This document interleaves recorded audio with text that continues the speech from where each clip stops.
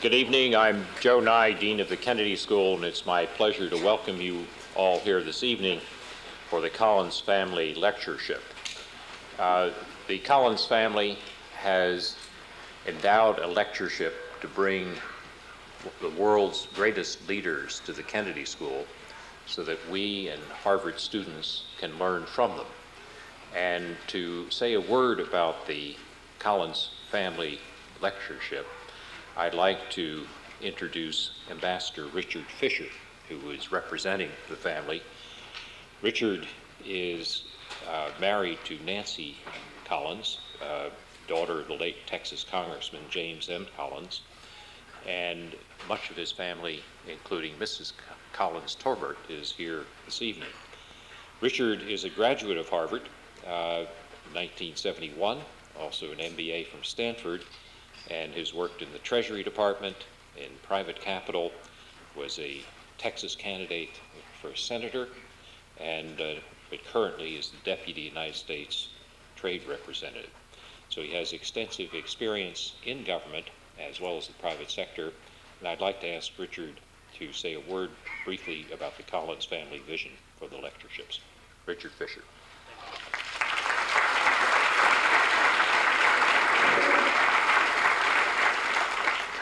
Thank you, Joe. On behalf of the Collins family and the Collins Foundation of Congressman Collins' widow, D. Collins Torbert, and his son, Michael Collins, and daughter, Dorothy Weaver, and on behalf of my wife, Nancy, I want to welcome Lee Kuan Yew as the first James M. Collins International Fellow at the Kennedy School of Government. The family designed this program to bring former heads of state to Harvard so that they might listen to and document, analyze, and disseminate to students and to professors and citizens interested in government the lessons that great leaders have learned and put into practice. Mr. Senior Minister, Congressman Collins, Jim Collins, was a straight arrow. He never became ostentatious or pretentious despite his wealth and his influence. He was, I know you will appreciate, a man of conviction. He knew what he believed in, and he had the courage to stay the course even when it was politically unpopular. Defying all the odds, he got himself elected to the 90th Congress as a Republican in a state where it was said that even a yellow dog could be elected to office if he ran as a Democrat. And so in 1968, he and another fellow, the fellow's name was George Herbert Walker Bush, became the first tranche of Republicans elected from Texas to the United States Congress. And by the time Jim Collins left the Congress 16 years later, there were, to be sure, a handful of yellow dog Democrats left in Texas, but Mr. Collins was the dog catcher, as was the Republican Party. And his brand of fiscal rectitude and leadership became the touchstone which really has become the defining orientation for those that seek to lead the 20 million people that now populate the state of Texas.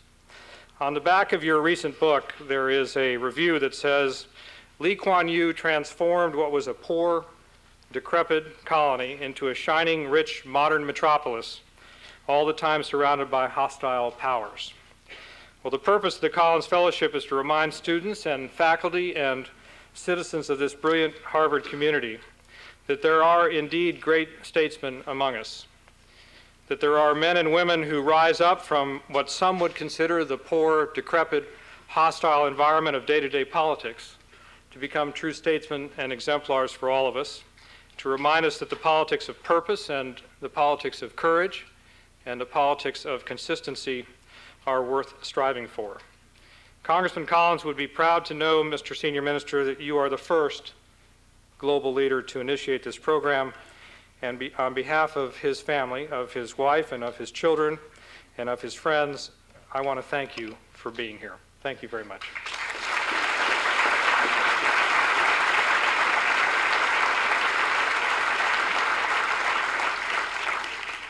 Thank you, Richard. Lee Kuan Yew is a very fitting person to be the first Collins family lecturer. When he became Prime Minister of Singapore, it was a relatively poor place. There was some danger of ethnic turmoil. Indeed, there had been riots. Today, it is a rich and prosperous country, and if the rest of the world could accomplish what Singapore has accomplished, the world would be a better and more prosperous place. Lee Kuan Yew started his education at Raffles College in Singapore, and then went on to Cambridge University, and then to the Middle Temple, became a barrister at law, returning to Singapore in 1950, practicing law. In 1954, he became Secretary General of the People's Action Party, and in 1956 to 58, he negotiated Singaporean independence with the British. In 1959, he was sworn in as Prime Minister of Singapore. During his time as Prime Minister, he built the finest infrastructure, airport, ports, roads, and communications network in the region. He established a public housing system based on a Provident Fund savings pool that has given every Singaporean citizen a tangible stake in the system. And he has developed one of Asia's best health and education systems. In 1990, he stepped down as Prime Minister and became a senior minister in the government. Indeed, he kept thinking about the future of Singapore and looking forward. And among his many efforts, as he described recently in a BBC interview, was to learn at age 70 about the internet and to help his country become the most wired state in Asia.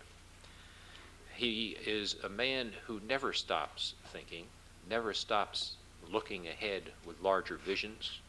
His views are sought by respected senior statesmen on all continents, and he has written 2 volumes of memoirs, the second now just published, which is here, From Third World to First, and we're delighted to welcome him to the Kennedy School as the first Collins Lecturer, Senior Minister.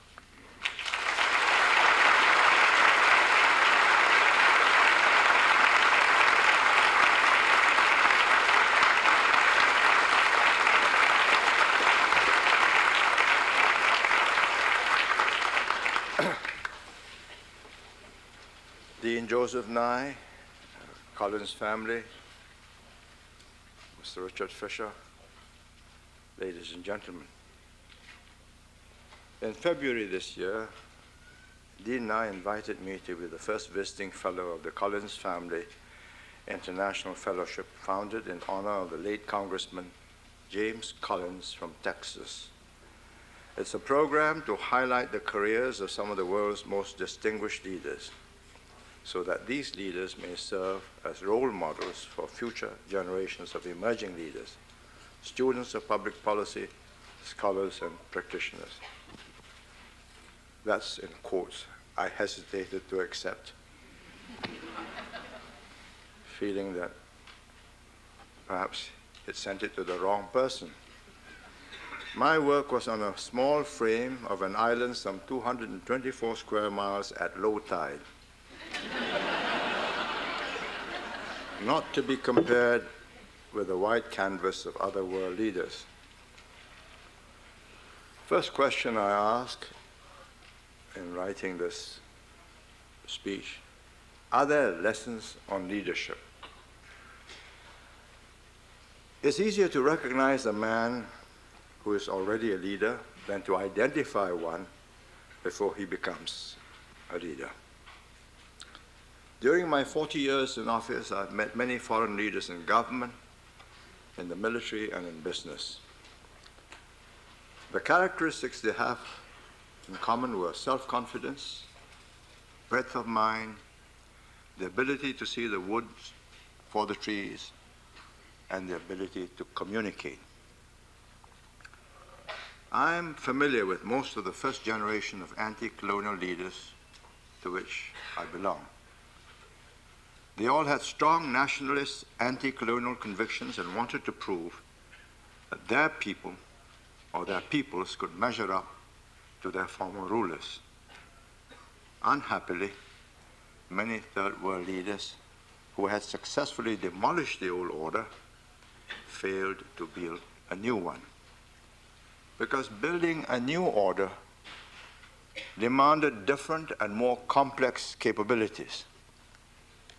Decision-making in economics to achieve the highest returns on capital was not their forte. They could enthuse their followers to keep up the fight against the old regime. And they had oversimplified what needed to be done after the colonizers have handed over power. Many leaders actually believed their own rhetoric, that once they were rid of their exploiters, there would be wealth aplenty to go around. And the economic models that they admired were socialists. Why did these leaders follow the wrong model? Were they ignorant? On the contrary, many like Michael Manley, the late Prime Minister of Jamaica, they were highly intelligent men, and he was a graduate of a distinguished institution, the London School of Economics. But they admired the early independence heroes, Nehru, Sukarno, Mao Zedong, Tito. None of these early freedom fighters believed that wealth was something that had to be created by entrepreneurs, people who raised capital, organized workers to produce goods and services that others wanted and would pay for because their prices were competitive. They all believed that there were shortcuts to prosperity, and they thought the best way was by state intervention. This was a mistake that otherwise well-intentioned leaders like Julius Nyerere of Tanzania made. He was a good, honest Christian, but held doctrinaire ideas on how to modernize Tanzania. His policies were ill-suited for a small-scale African agricultural economy. And both Julius Nyerere and Kenneth Kaunda of Zambia failed to develop their economies. On the other hand, Jomo Kenyatta and his successor, Daniel Arap Moi of Kenya, made their country more prosperous in spite of considerable corruption. What was the difference? It lay in the interventionist state policies of the first two compared to the free market policies of Kenya. I've been asked time and again, how was it that my colleagues and I avoided falling into this trap? Before I answer this question, let me start by explaining how I became politicized. The first turning point of my life was World War II, the way the British was routed by the Japanese. Before the war broke out, our British rulers feared that the Asians would panic if bombs and shells fell upon them. When the bombs and shells actually came, it was the British bosses who were shocked and packed their families off. Their Chinese, Indian, and Malay subjects stoically bore their sufferings. That aura of overwhelming superiority with which the British held us in thrall was broken, never to be restored. Another turning point was the experience of the brutality and cruelty of our Japanese conquerors. They had portrayed themselves as liberators of fellow Asians from the white man, but they left us in no doubt that they were the new masters of the so-called Greater East Asia Co-Prosperity Sphere. And to punish the Chinese in Singapore for supporting the nationalist government of China with donations to fight Japanese aggression, within the first 15 days of their conquest of Singapore, they picked off at random 50,000 to 100,000 Chinese youths out of concentration centers and machine gunned them on the beaches. I had first-hand experience of Japanese militarism when a Japanese platoon was decided to build themselves in my home. My family had fled to the countryside, and it was 4 days of hell. I was roughed up, slapped, made to kneel down by a sentry, kicked in the chest, sent sprawling because I did not know that I had to bow to him to cross the bridge. I felt that the dark ages had descended upon us. And I watched 80,000 dejected British, Indian, and Australian troops march into captivity in 48 hours. Many of my friends shared this harrowing experience. We asked ourselves, why? What right had the Japanese to do this to us?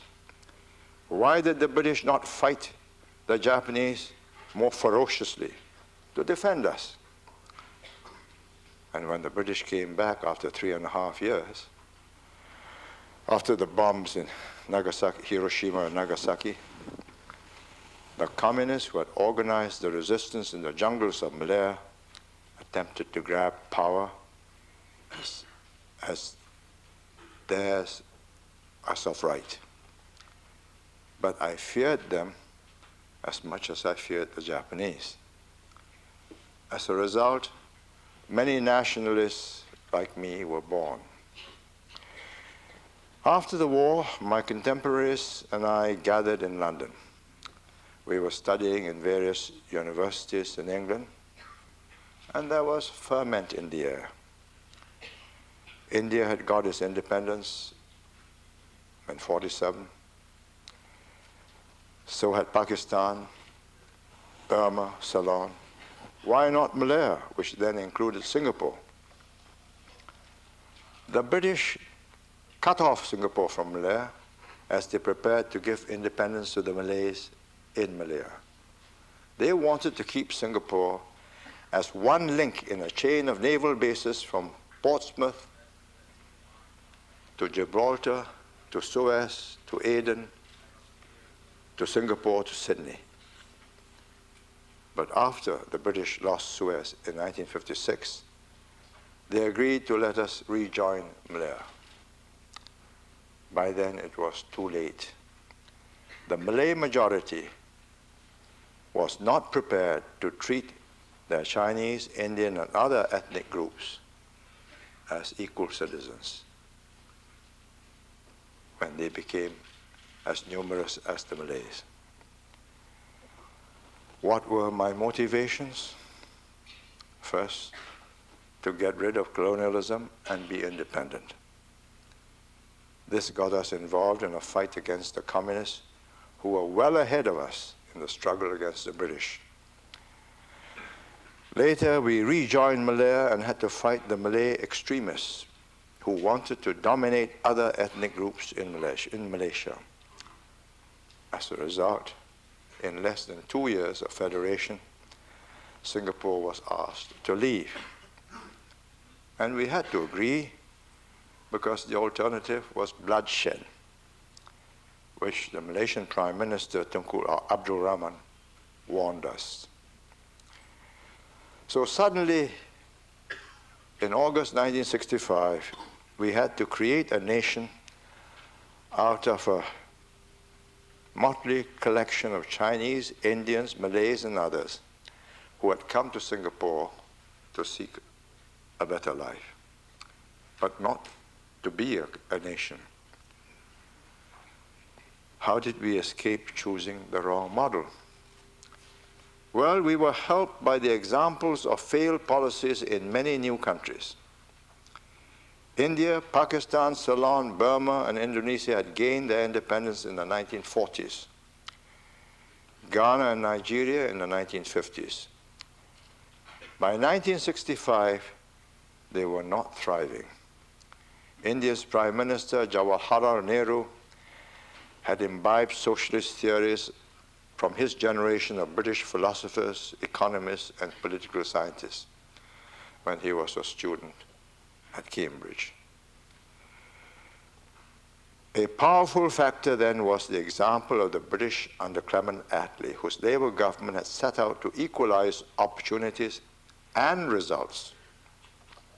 Their policies led to the nationalization of key industries: iron and coal, steel mills, petrochemicals, synthetic fiber plants, all became state enterprises. So did the railways, the buses, and all manner of transportation. For more than 4 decades, India made the same car. In 1950, Morris Oxford, in a state-run factory. They called it the Hindustan. No one checked the bottom line for rates of return on capital. Profit was a dirty word associated with the capitalists. Now let me confess that in my student days up at Cambridge in the 1940s after World War II, I was convinced that Britain's welfare state was the highest form of civilized society. And in my teen years, I was a great admirer of Pandit Nehru. But I could see that he had adopted the wrong model by the 1960s. That he had set India on the path of a planned economy with concentration on heavy industries, and his successors carried on with these policies until Prime Minister Narasimha Rao began to change course late in the mid-1990s. But there was another compelling reason for pragmatic solutions. In 1965, when we became independent, Indonesia under President Sukarno, a great orator, was waging an undeclared war, low intensity, which he called konfrontasi, an Indonesian word for confrontation, against Singapore and Malaysia. And in Malaysia, the Tunku, the Prime Minister, wanted to bypass Singapore as Malaysia's commercial outlet. We could not afford to risk our future on theories. We had a daunting task to create a new economy, not one so dependent on entrepot trade with our neighbors. And independence brought worries for our future, not euphoria. We were no longer the commercial, administrative, or military center of the British Empire in Southeast Asia. The British were departing. The odds were against our survival, and we had to ensure our own existence, which we had previously taken for granted. Our first preoccupation for survival, which meant economic viability, had to be solved. Next, security. I cast around for solutions. We reached out first to Hong Kong and Taiwan investors in textiles, garments, plastics, and low value-added products. Later, a UNDP expert working in Singapore described to me how Israel had leapfrogged its neighbors who boycotted them, and exported to Europe and America fruits, flowers, many other things. I thought to myself, why not seek links with the developed countries? Get industrial investments from Europe, Japan, and America. They came, but far and few between. Then, fortuitously, China went into a convulsion of the Cultural Revolution, and it reached a crescendo in 1967. So computer companies like Texas Instruments, Hewlett-Packard, National Semiconductors, they passed over Taiwan and Hong Kong, and we attracted them to Singapore. We had political stability, industrial peace, plus English as our working language, pull factors. 20 years later, we had become a major manufacturer of electronics, computers, and disk drives. The leapfrog strategy succeeded. I worked out another strategy, the other side of the coin.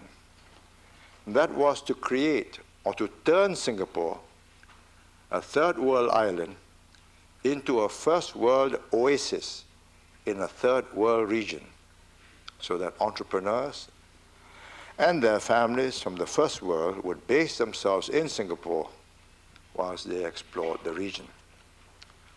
So we established up-to-date facilities in communications and transportation, airport, container port, state-of-the-art telecoms and security, personal and public security, health standards to approximate first world, and a living environment equal to the first world. Later, we improved our cultural facilities, museums, symphony orchestras, visiting artists. The hardware part was easy.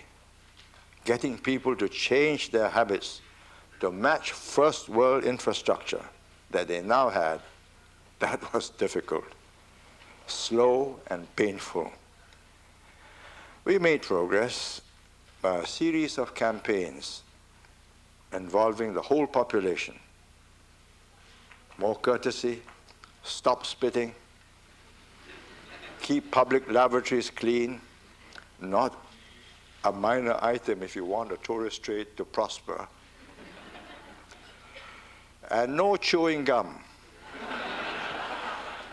if you don't want your train doors not to close, and no litter, and no pickpockets. One rewarding decision was to green up the island with trees, palms, shrubs, creepers, flowers, to make Singapore different. We had rain the year, all year round, sunshine. All we needed to do was to plant them and trim them. And we involved the whole population in planting and caring for them. And we made progress. And slowly our people are now acting more like a first world civic society, although there's a long way to go. They still have their telephones buzzing in concerts.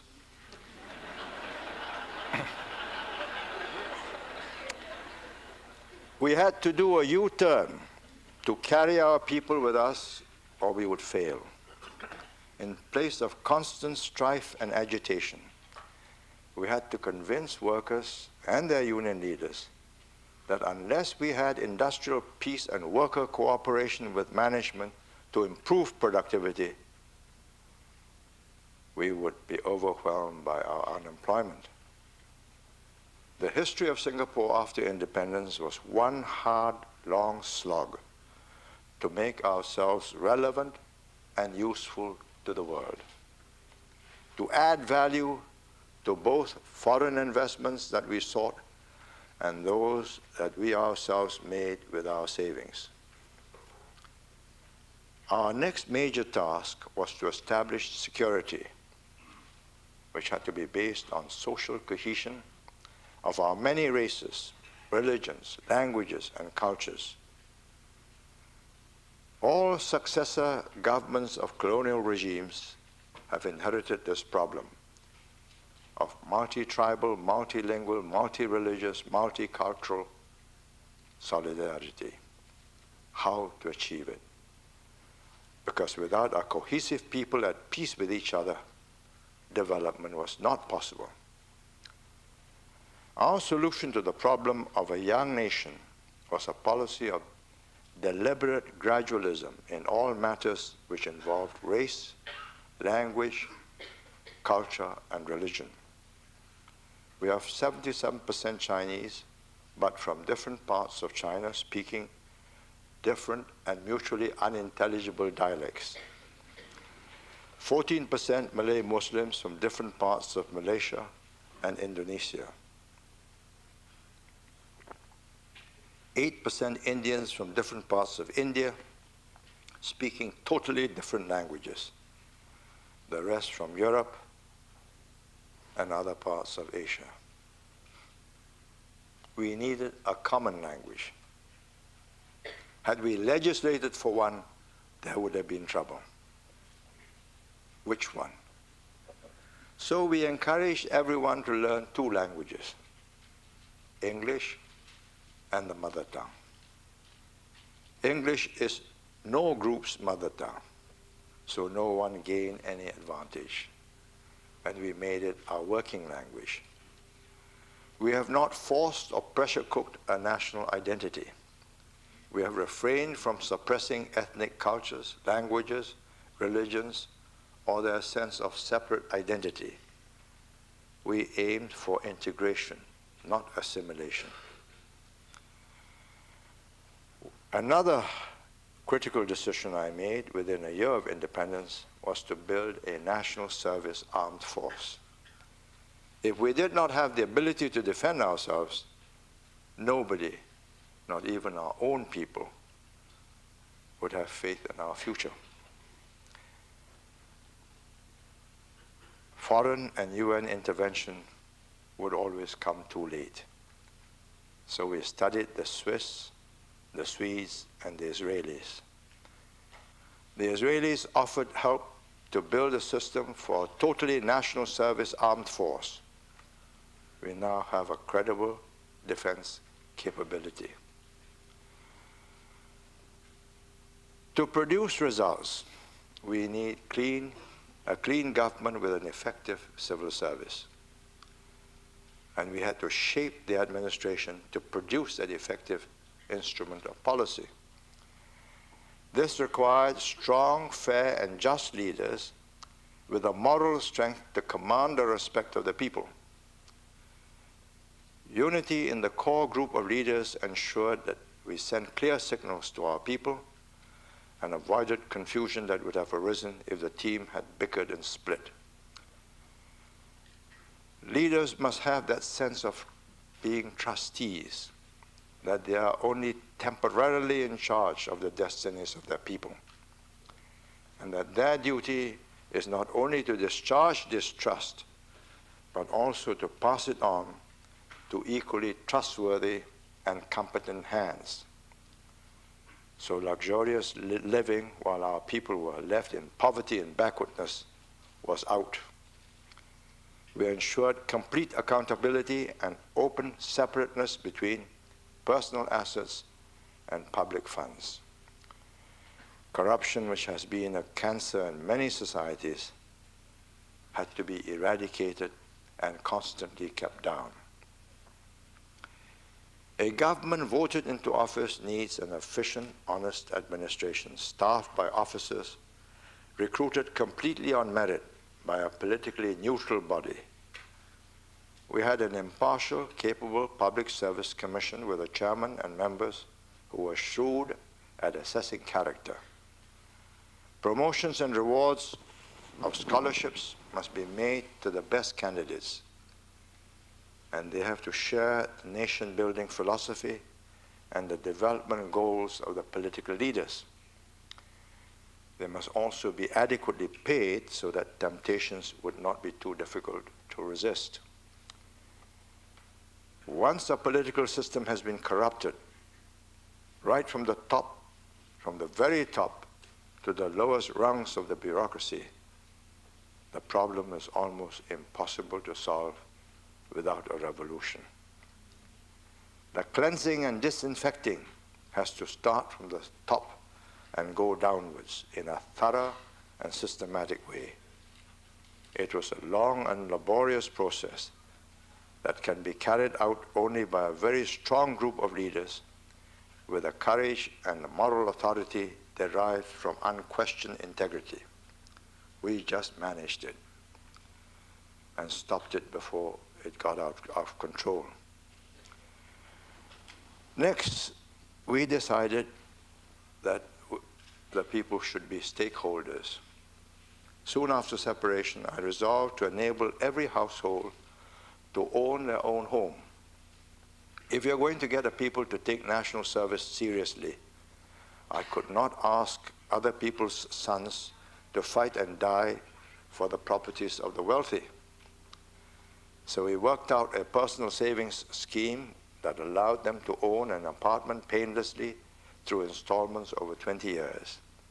Today, 95% of Singaporean households are homeowners. Their value between 100,000 US to 400,000 US, between a 3-room to a 5-room apartment.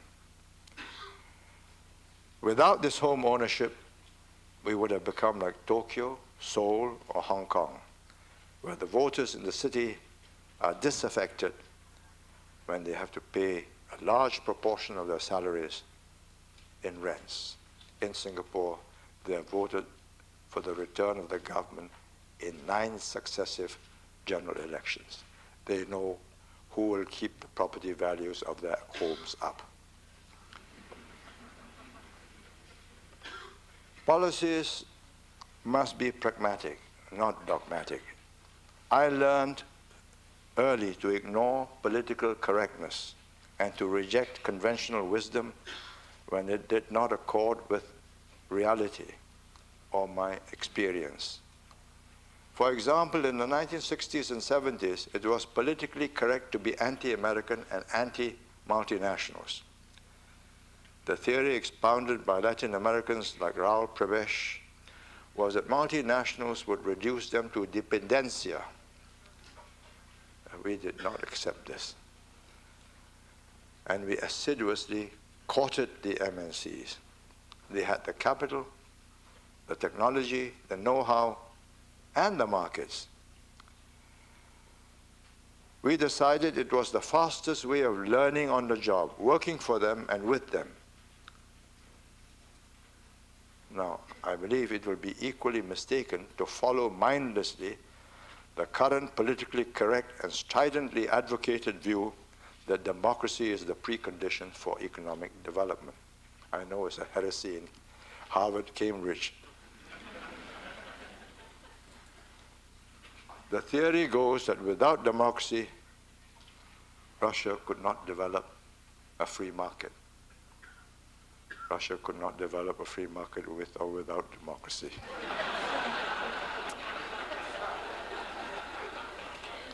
And it was not borne out by the experience of Taiwan, South Korea, or post-open door China.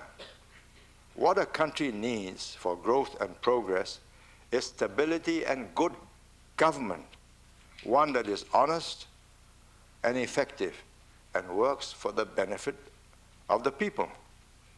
Good government should never be shackled by theories, however attractive and logically elegant. From the outset, we decided that education was the key to our future. In what language should we teach? This was a sensitive and emotive issue involving the mother tongues and cultures of various races. And I had to resist the pressure to make Chinese the primary language, although 77% of the people were Chinese. Instead, I made English the working language, not the official language, just the working language. Let's be practical. And I allowed parents to choose between schools that taught in English and Chinese, or Malay and Tamil, or in Chinese with English, or Malay in English, and Tamil in English. It was their choice. And in a few years, parents realized that their children's future was best assured when they were competent in English. In other words, English as the first language and the mother tongue as the second language, because even our Chinese banks were switching to English. We expanded schools, built new technical institutes, polytechnics, and universities. This proved decisive for our progress. My final and most important decision was to prepare, or rather to plan and prepare for succession, and not leave it to chance. After 3 successive successful elections in 10 years since we first won and took office in '59, my old guard colleagues and I were troubled by the caliber of the young men that we had been able to induct. They were the best of our political activists, our supporters, professionals, academics with PhDs, but they were not equal to the original team. My original team had been thrown up by the upheavals of the Second World War and were among the best of that generation. Those that didn't have it were knocked out by sheer elimination of events. Now we were not getting the best to volunteer to join us. We had to identify potential leaders. But how? Well, some people are natural alphas. Activists in their school days as school prefects, sport captains, or presidents of college societies. Alphas usually are extroverts with high energy levels. But as these school and college leaders grew older, many did not measure up. The valedictorian in school does not always make it after college. Few of those voted in college as most likely to succeed make it in the real world. As they grow older, they need other qualities to stay as leaders: higher levels of intellectual ability, a steady character, judgment, a decision-making capability that can win the confidence of those around them. 7 times from 1959 to 1990, before each election, I had to select 20 to 30 candidates who were likely to make good as ministers, but first as members of parliament, and then some as ministers. The easiest attribute to determine is intelligence. Performance in examinations, IQ tests, SAT scores, they give a fair indication of analytical ability. Many that we fielded with PhDs failed as ministers. They lacked something. When I learned from American corporate leaders that they used psychometric tests to recruit and promote their executives, I recall the epic flight of the 3 astronauts on Apollo 13. If you remember, their spaceship malfunctioned 3,000 miles out in space. Any false move, and they would never return to Earth. They remained calm, collected throughout the ordeal, and trusting their fate to the men at ground control whose instructions they followed meticulously. I concluded that NASA's psychological tests on the ground had successfully eliminated those who were prone to panic in a crisis. I decided in 1980, therefore, to adopt their practice, and I had psychological and psychometric tests to help us assess the character of candidates, to weed out those who were not likely to succeed. But they couldn't help us, they couldn't tell us who was likely to succeed. The prospect of failure forced us to talent spot. After a high attrition rate at the beginning, we improved our selection methods. We threw candidates into the deep end of the pool to test their political skills.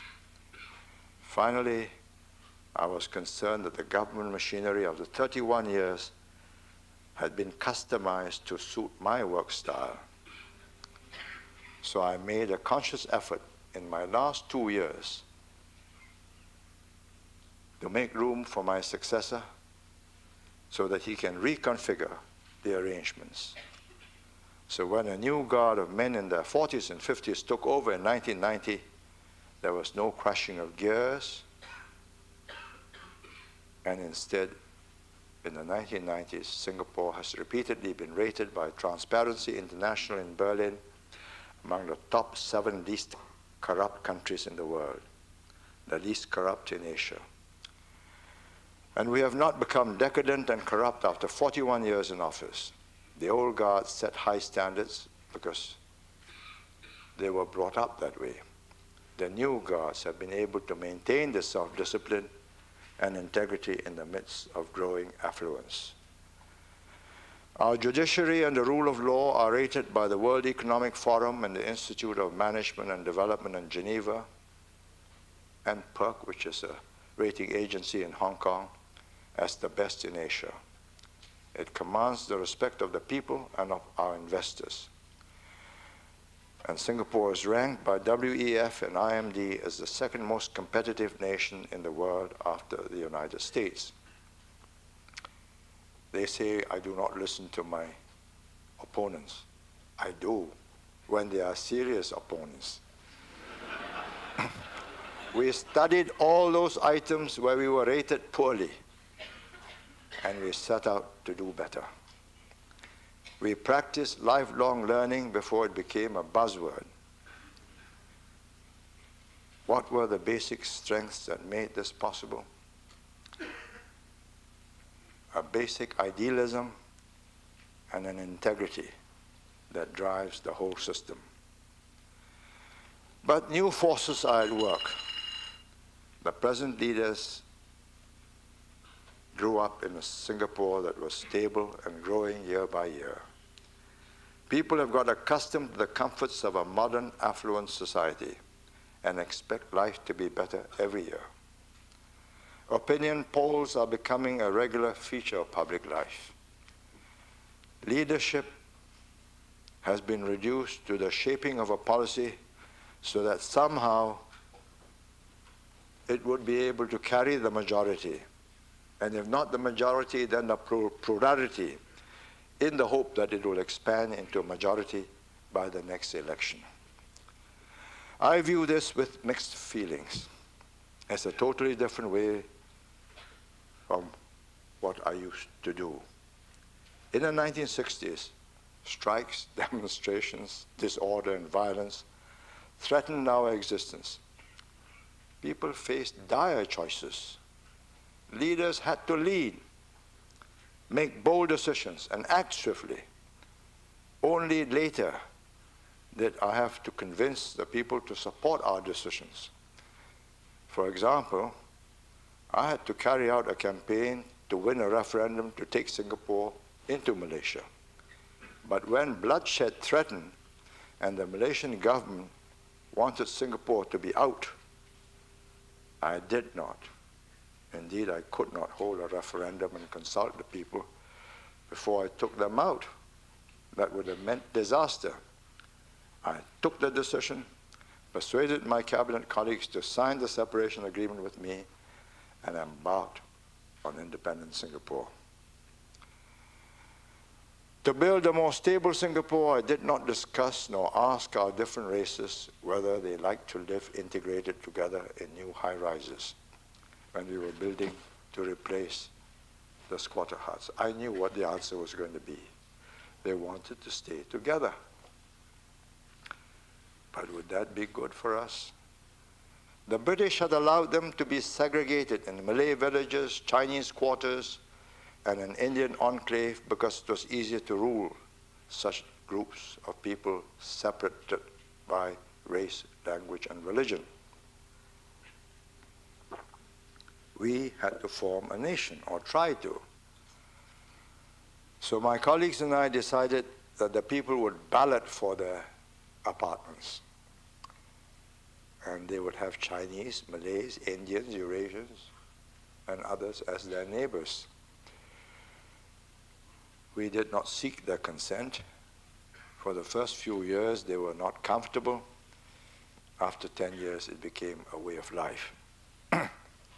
We did the same in the schools. Children used to be segregated into Malay, Chinese, Indian, and English language schools. Slowly and gradually, I persuaded parents to register their children for schools that use English and the mother tongue as a second language. And when they did so, their children graduated into the best jobs. Now we have schools with all races in mixed classrooms, and integration has become a fact of life. The business of government can be executed effectively only by people's representatives, exercising their judgments based on their mandate. The people had given me a mandate to join Malaysia on fair terms. When the Prime Minister of Malaysia was fearful of a bloodbath, I exercised my judgment to separate without consulting the people.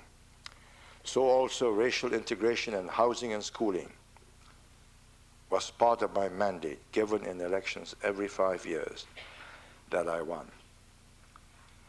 The difference between the old guard and the new guard leaders are stark, reflecting the differences between the old society and the new. The old society was a revolutionary situation. People felt that everything, including their lives, were at stake. They trusted their leaders and gave us unstinting support. It was an inspired generation that fought against great odds to succeed as an independent country. The new society is secure, comfortable, confident. Many of the young believe that prosperity and stability to be theirs as of right, and to consult them, and that they must be consulted before any change is made which could affect them.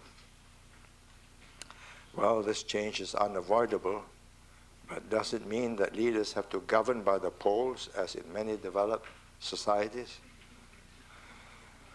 However, recent upheavals in Indonesia have brutally reminded Singaporeans of the volatility of their surroundings and alerted them to the dangers that lurk around them. This may stop Singaporeans from becoming too complacent and consumer-driven a society, and remind them that they need to make that extra effort to achieve more than the ordinary. Many failures in the Third World were the result of the leaders of the immediate post-independence period, the 1960s to the 80s, abiding by the theory then prevailing that socialism and state enterprises would hasten development. Their interventionist economic policies led to a misallocation of resources and increased opportunities for corruption. That theory was demolished as a result of the collapse of the Soviet Union. There is no reason why Third World leaders cannot succeed in achieving growth and development if they can maintain social order, educate their people, maintain peace with their neighbors, and gain the confidence of investors by upholding the rule of law. Finally, are great leaders born, or are they the result of revolutionary situations? From my experience, I think it's both, but more because of circumstances. Mao Zedong and Deng Xiaoping were thrown out of a massive convulsion of 400 to 500 million Chinese after 100 years of decay and decline into warlordism and Japanese occupation. Mao was the revolutionary who liberated China. Deng was the builder who saved China from imploding like the Soviet Union. Who was the greater leader, Mao or Deng? As leader of the Chinese Communist Party in its fight to liberate China, Mao was unquestionably the unbeatable leader, a genius at guerrilla warfare who defeated the Japanese, or helped to defeat the Japanese and the nationalist government. But was he the modernizer of China? Had he lived on, or had Hua Guofeng, his immediate successor, stayed in charge, China would have gone like the Soviet Union. The party heavyweights brought back Deng, a veteran of the Long March, and Deng was not an ideologue like Mao. Ever the realist with a keen sense of the basics of the economy, he realized that the communist system was not delivering He opened up China economically in 1979 or late 78, kept a tight hold on political and social control of the country. Although the opening up faltered after Tiananmen in 1989, he pushed it again in 1992 while on a southern tour of Guangdong province. Had Deng followed Gorbachev in implementing both glasnost and perestroika at the same time, China would have collapsed in chaos. Are there no great leaders of that caliber in China today? Surely there must be. But present-day China requires a different kind of leader. Not creators of liberation armies, but competent, imaginative, builders of the economy and flexible managers of the huge social and political changes that will flow from the opening up of China to the world. The needs of a country vary from time to time. China now has the prospect of becoming an advanced technological society in the next 50 years, provided its leaders can manage the changes to its economy and its society. More important, they have to be courageous and skillful enough to adjust and change their political system to involve their better educated, more articulate, and assertive people, 70% of whom will live in the cities, and they will have to do all this without losing political stability. Similarly, the difference in mood between America and Europe, both under threat in World War II and their comfortable consumer societies of the 1990s. This explains the absence of towering leaders. Winston Churchill, Franklin Roosevelt, Charles de Gaulle, Harry Truman, Dwight Eisenhower, Secretary of State Dean Acheson. They were strong leaders that people needed in times of crisis. Neville Chamberlain gave way to Churchill, who promised the British people blood, sweat, and tears.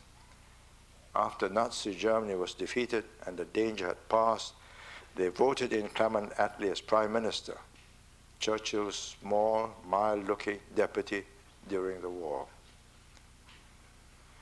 Similarly, de Gaulle became the symbol of French resistance to a German-occupied Vichy France under Marshal Pétain. He returned in triumph to Paris in 1944, but went into retirement after he made two partially successful attempts, or unsuccessful attempts, to reorganize the government. He was recalled from retirement and elected president in 1958 by the National Assembly during a severe crisis over the stalemate of the Algerian War. When France was restored to prosperity, the young wanted change and took to the streets. De Gaulle resigned when he lost the referendum in 1969. Security, prosperity, and the consumer society plus mass communications have made for a different kind of person getting elected as leader. One who can present himself and his program in a polished way. Satellite television has allowed me to follow the American presidential campaign. I'm amazed at the way media professionals can give a candidate a new image and transform him, at least superficially, into a different personality. Winning an election becomes, in large measure, a contest in packaging and advertising. These new techniques have been so successful that Europe has also bought into them. A spin doctor now is a high-income professional, one in great demand. From such a process, I doubt if a Churchill, a Roosevelt, or a de Gaulle can emerge. The difference between Winston Churchill and Tony Blair is the difference between their two societies. One caught in a titanic struggle, the other comfortable and secure, facing no external threats, reluctant to join Europe, or reluctant to join the euro, or to have his accustomed way of life upset in a federal Europe. Revolutionary situations throw up great leaders who demand blood, sweat, and tears.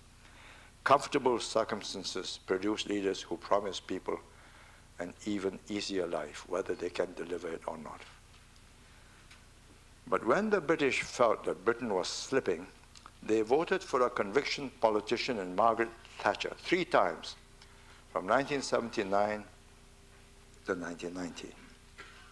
Similarly, when the Americans feared that their country was becoming weak during the Carter years, when American diplomats were held as hostages in Tehran, and the Soviet Union menacingly invaded Afghanistan, they voted for Ronald Reagan for 2 terms. Germany, defeated and divided after the war, produced Konrad Adenauer. Germany recovered and became the economic engine of Europe. Germans still felt threatened and vulnerable. They voted 4 times for another conviction politician, Helmut Kohl, who for 16 years cooperated closely with America and established strong bonds with France. When the opportunity came with the fall of the Berlin Wall in November 1989, he seized the moment, and by 1990 had reunified Germany. With Germany reunited and the danger from Russia diminished, the people's mood changed. In 1998, they voted Kohl out in favor of Gerhard Schröder. Germans wanted a change to a new media-savvy generation of Bill Clintons and Tony Blair. This brings me to my last question. Can you teach a person to be a leader? Yes, if that person has the primary attributes to be a leader. Then lessons in leadership will help him develop his skills and become more effective, a leader with fewer costly errors. Arnold Toynbee, in his massive study of history, argues that if the challenge is too great for a people, they will fail, however great the leader. But that if there is no challenge, a people will not achieve much. Fortunately for Singapore, the challenge was not beyond the capability of its leaders to draw the best out of the people. If Singapore has once again to face circumstances as daunting as those in the first decade of its existence, both people and leaders must be able to rise to the occasion for the country to survive. Thank you.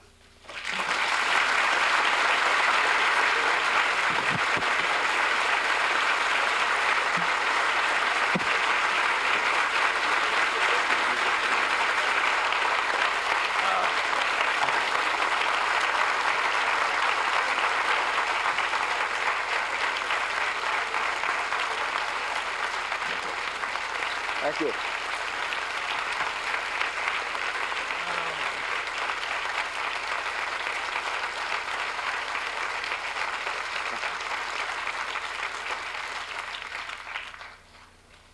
We now have time for questions. There are 4 microphones, 2 on the floor here and 2 in the balcony. And I would like people to identify themselves before they ask their question and where they are at Harvard. And also, I'd like to remind you that questions are brief and end with a question mark. We've had the one speech we'll have this evening, and they also come 1 per customer. So let me turn here. Good evening, Senior Minister Lee. My name is Felicity Spector, and I work at the Centre for Public Leadership here at the Kennedy School. I'm also a television journalist from Britain, and it's in that aspect, if you like, that I ask my question. When you were an opposition member of the Malay Parliament in 1964, you passionately defended the idea of a free press, and you said, If your ideas and your views cannot stand the challenge of criticism, then they are too fragile and not sturdy enough to last.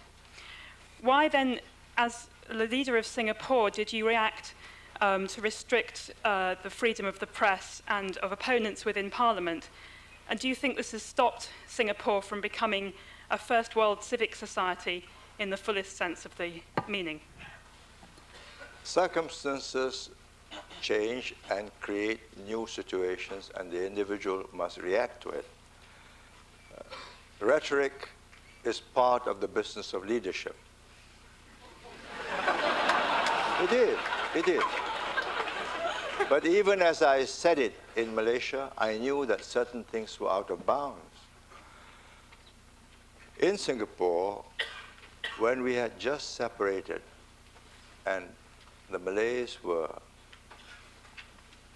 unhappy and felt betrayed and abandoned, for issues of race, language, and religion to be raised in public would have been very dangerous.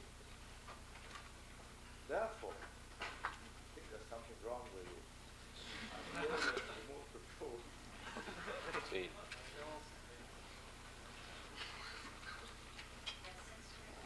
You got the mic? His mic is going to.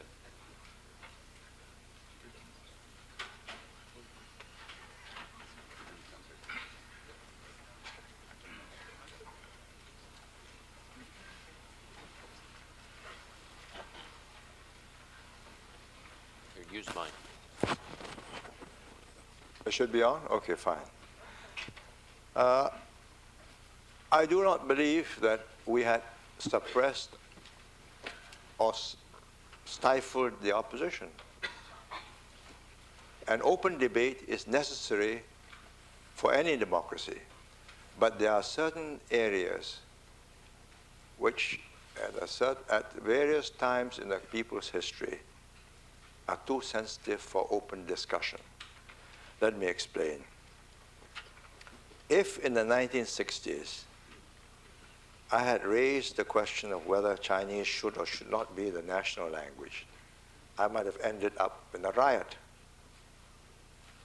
So I quietly called up the Chinese Chamber of Commerce and told them that if they wanted peace and quiet, they should not be pressing for Chinese as the national language, because that will immediately stir up such a hornet's nest, fear in the Malays and the Indians who wouldn't be able to master the language and would be at each other's throats.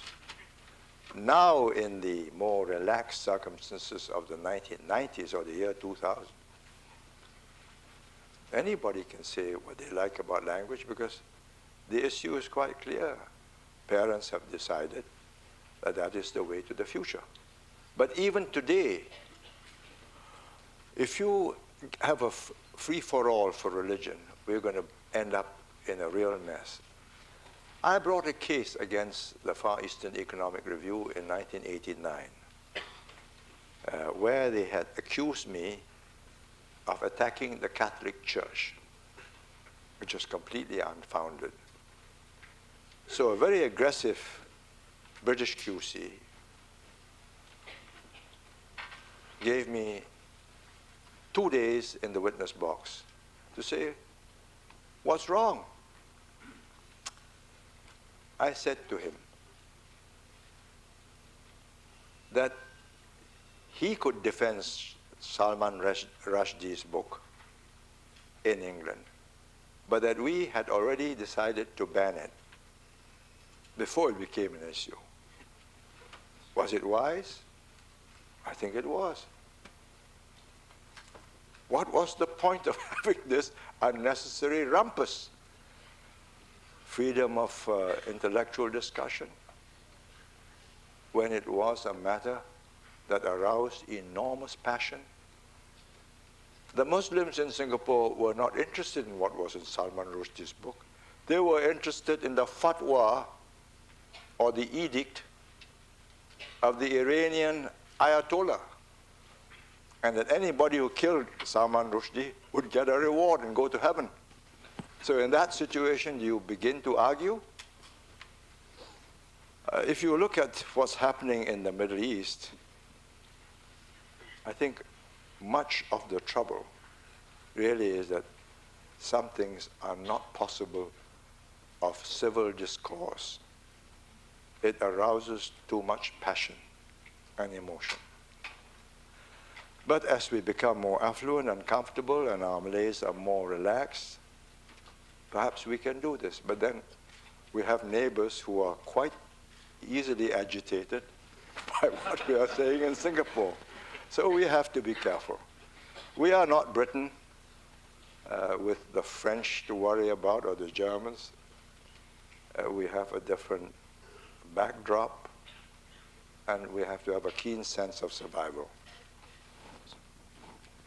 My name is Tuxuan Wang. I'm the current Cantonese school student.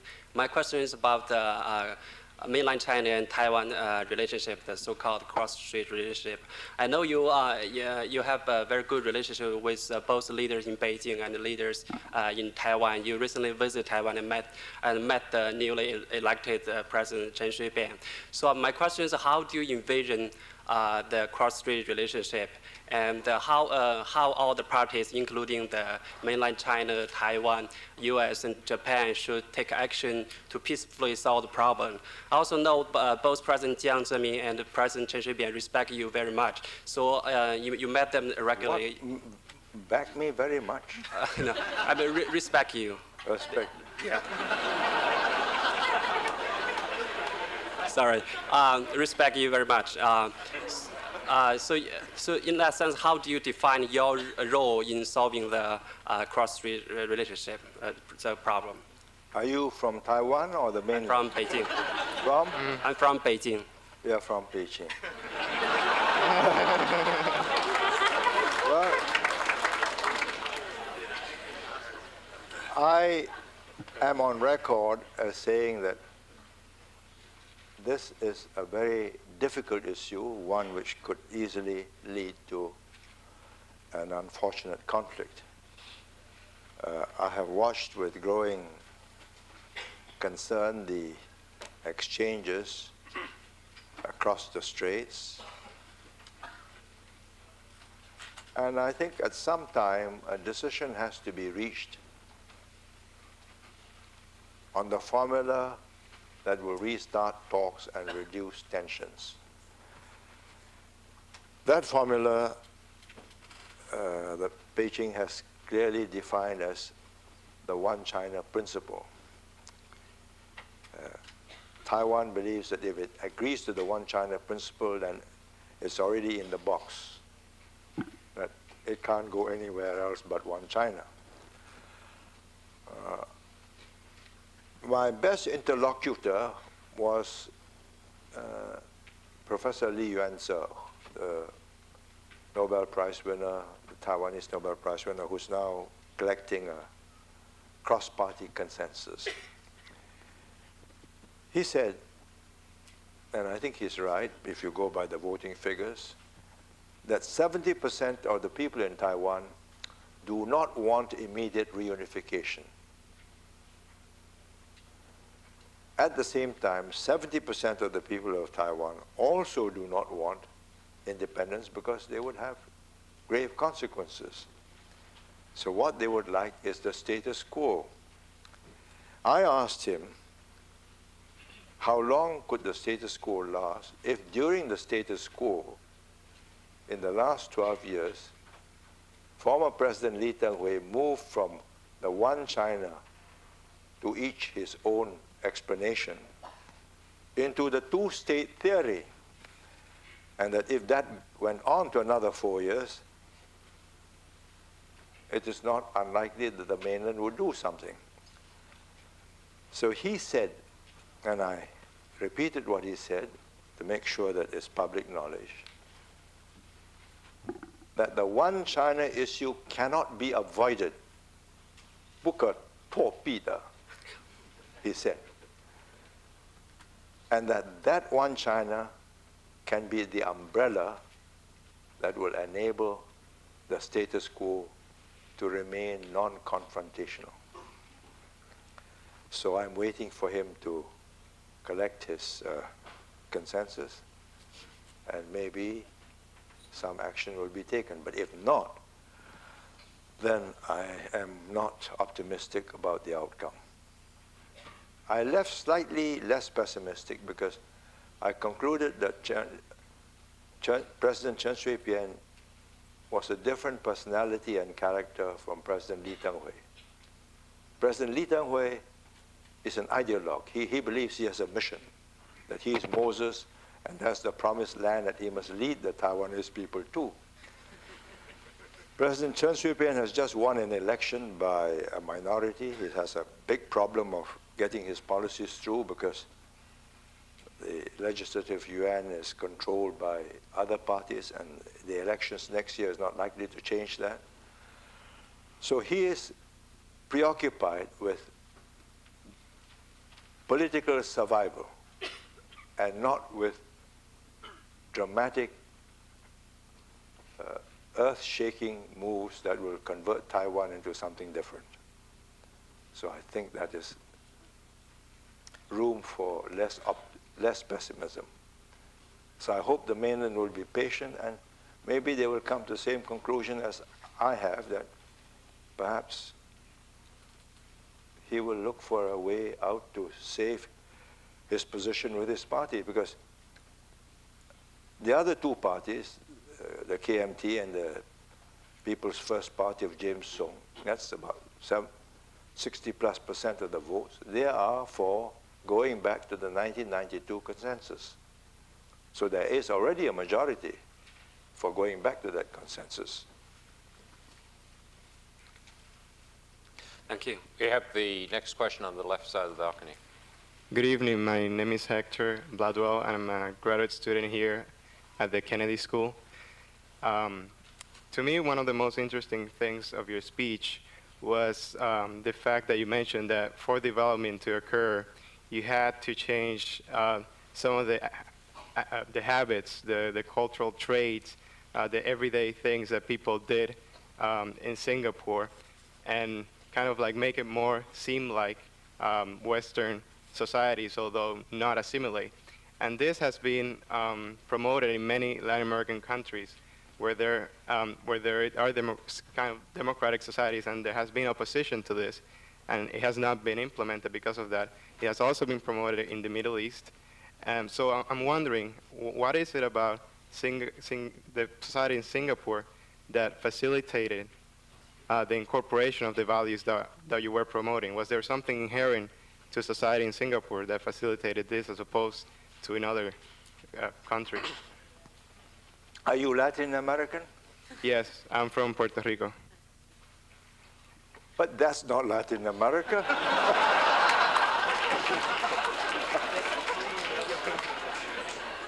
No, Culturally, it is. Okay, I accept your definition of yourself. I don't think I made myself clear. We did not change the cultural habits, the cultural beliefs or value systems of the people. What we did was to change their overt behavior. When we had people living in shanty huts made of soap boxes and zinc roofs with a hole in the ground for a water closet and no running water or electricity, life is somewhat rough and ready. Now, when you put them into high rises with lifts and running hot and cold and power and all the other amenities of life, you cannot behave the way you did when you lived in a shanty hut. I give you a simple illustration. I discussed it this morning, but I think I might as well tell you.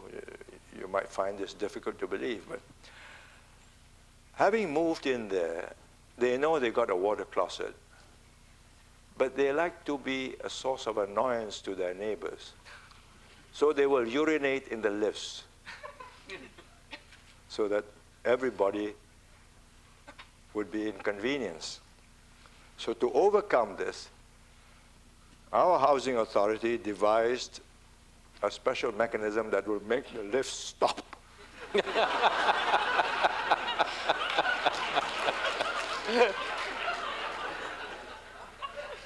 And you will be apprehended. To defeat that, they press the button, they stand outside and pee into it. To defeat that, we installed a camera. So it's like mine warfare, submarine, mine, anti-mine.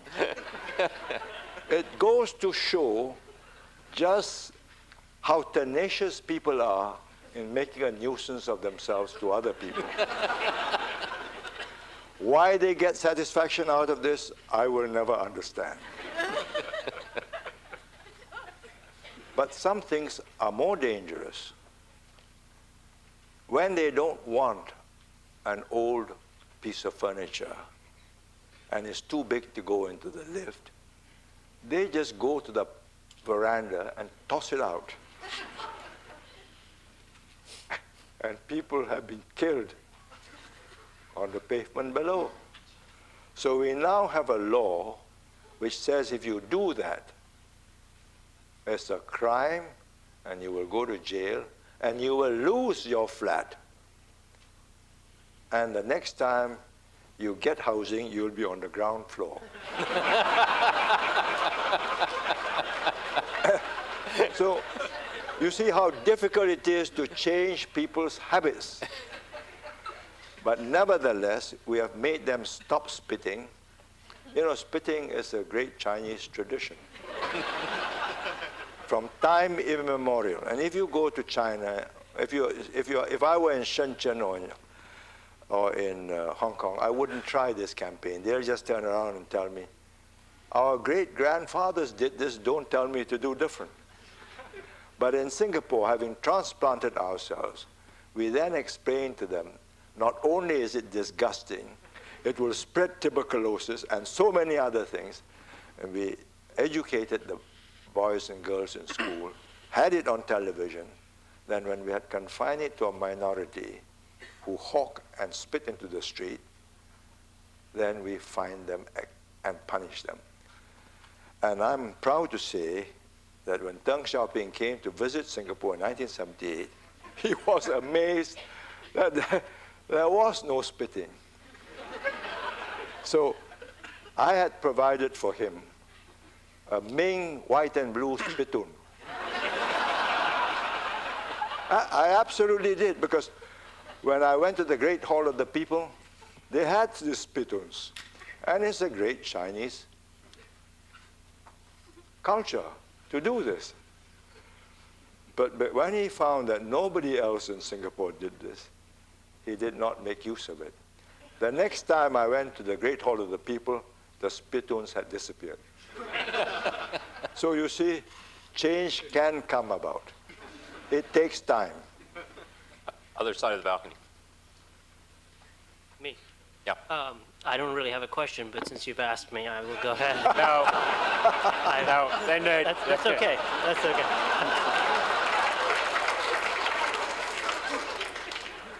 We're just doing questions. Good evening, Premier Yew. Question. I'm Indian by origin, and you've done a remarkable job in Singapore in a few decades.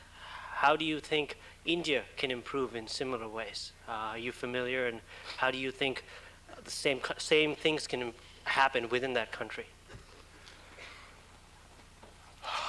India has been a country that has enormous potential, and for the last 5 decades have missed many opportunities to achieve its potential.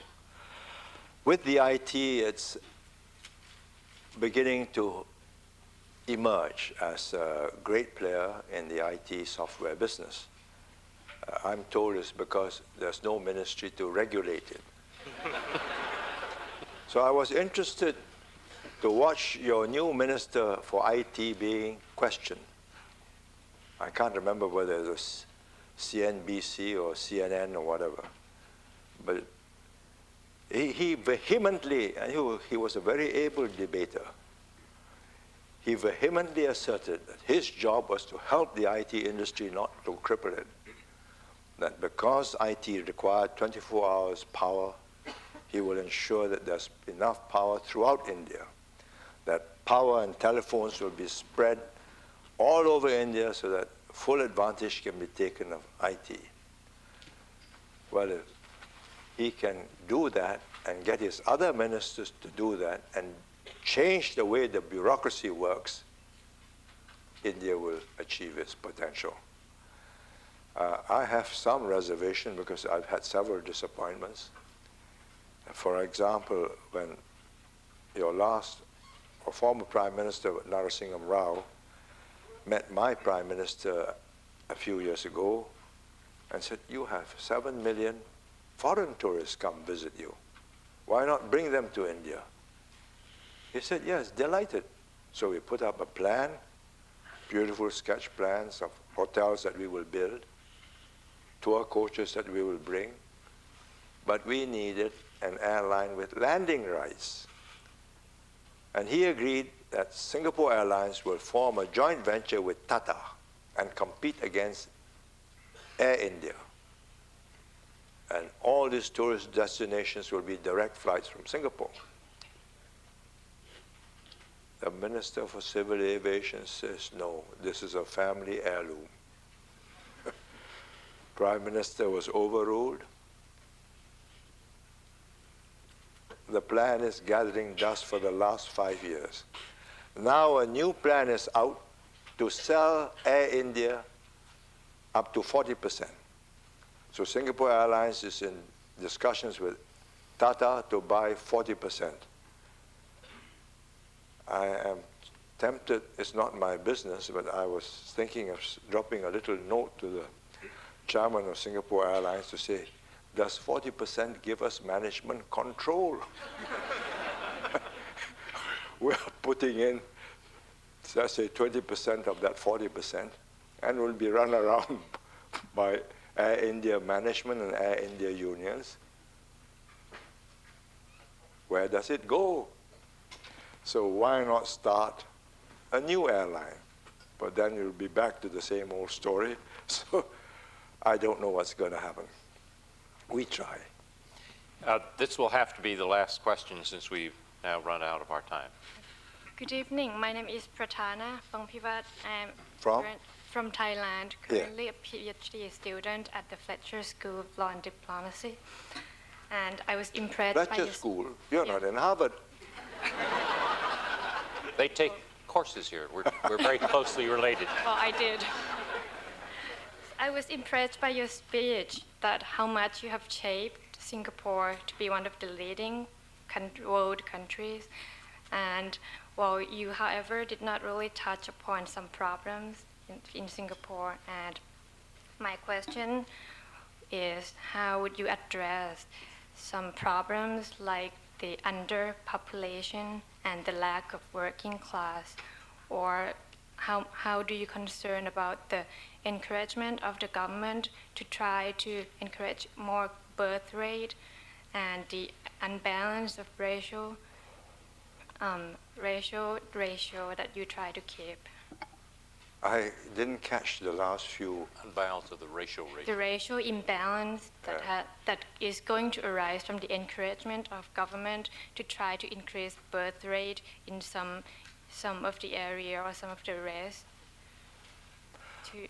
This is a very serious problem. I'm not sure that the incentives are going to work. Our birth rates, fertility rates have gone down from the 1970s, where we were about 2.8, 2.9 average per woman. Now it's about 1.5. And for the educated woman, it's 1.4. For the uneducated, it's about 1.6, 1.7. The Malays are just replacing themselves, 2.1, 2.2. The Indians are not replacing themselves. They're also around 1.8, 1.9. So all these concessions will produce a minor spurt, and then it'll tail off. We did that the last time in 1985. It moved upwards and it tailed off. The problem is a very difficult one to solve. It's got to do with changing lifestyles and changing values and a self-centered way of life. Why do I want children? It hampers my career development. I want to see the world. I want both incomes to enable us to fulfill our lives. And what's the profit in 2 children? Well, 1 may be good enough, and we can concentrate everything on 1. They're also marrying later, having trouble having children, and I'm not sure we can reverse it because it's a worldwide trend. The French have been partially successful. It's got nothing to do with the racial imbalance. The Muslims are slightly above average, 2.2, 2.3, but they're not multiplying by all that number because they are also trapped in this desire for higher quality of life, travel, more of the comforts of wealth and the consumer society. Fortunately, we are a small population, so we are selectively encouraging immigration from other parts of the world, and not just from Asia. We recruit actively from all the universities in the world. Those who've come are mostly from Asia, but there are many who are from Europe, and they have also come to do work here. Of our population of 4 million, 3 million are Singaporeans, 1 million are foreigners. You might find this difficult to believe, but we have an economy that requires workers. 1 million are foreigners. Of them, about 800 to 900,000. 800,000 are unskilled and semi-skilled. 100,000 are in the white-collar class, and 100,000 are managers and professionals and top executives. Of course, like all countries, we hope to draw in from the upper brackets, because if we allow those from the lower brackets to come in, we have 1 billion Indians and 3 billion Chinese. So 4 million Singaporeans will be swamped. So we have to be a little careful. We have created this oasis, and oasis can be stifled. So let's make sure that the spring water is flowing, grass remains green, and don't have too many goats eating up the grass. Well, May I try to persuade the senior minister to take a question? I'm sorry, we are now a good 10 minutes after our time, so we cannot take more questions.